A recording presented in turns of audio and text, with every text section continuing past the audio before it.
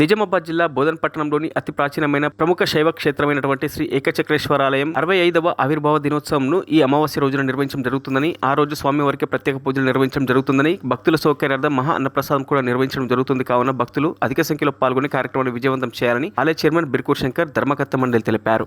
వచ్చే అమావాస్య రోజున నాటికి 65వ సంవత్సరము అవుతుంది కనుక ఆ రోజు పురస్కరించుకొని ఆవిర్భావ దినోత్సవం సందర్భంగా పుణ్యావచనంతో లఘు రుద్రాభిషేకం జరపబడుతున్నది.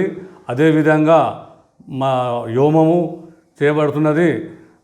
65 సంవత్సరాల నుంచి కూడా భక్తులు ఈ రోజున బోధన పట్టణమే కాకుండా పరిసర ప్రాంతాల నుంచి కూడా అందరూ అధిక సంఖ్యలో పాల్గొంటూ వస్తున్నారు కనుక వచ్చే శుక్రవారం రోజున కూడా అదేవిధంగా బోధన్ శివాలయంకు భక్తులు అధిక సంఖ్యలో పాల్గొనాలని మేము కోరుచున్నాము. అన్నదానం అదే రోజు యజ్ఞము మరియు పూజా కార్యక్రమం అయిన తర్వాత ఆవిర్భావ సందర్భంగా మహా అన్నదాన కార్యక్రమం కూడా చక్రేశ్వర శివమందిరంలో జరపబడుతున్నది. కావున అందరు భక్తులు పాల్గొనాల్సిందిగా మేము కోరుచున్నాము. మరిన్ని అప్డేట్స్ కోసం మా ఛానల్ని సబ్స్క్రైబ్ చేయండి.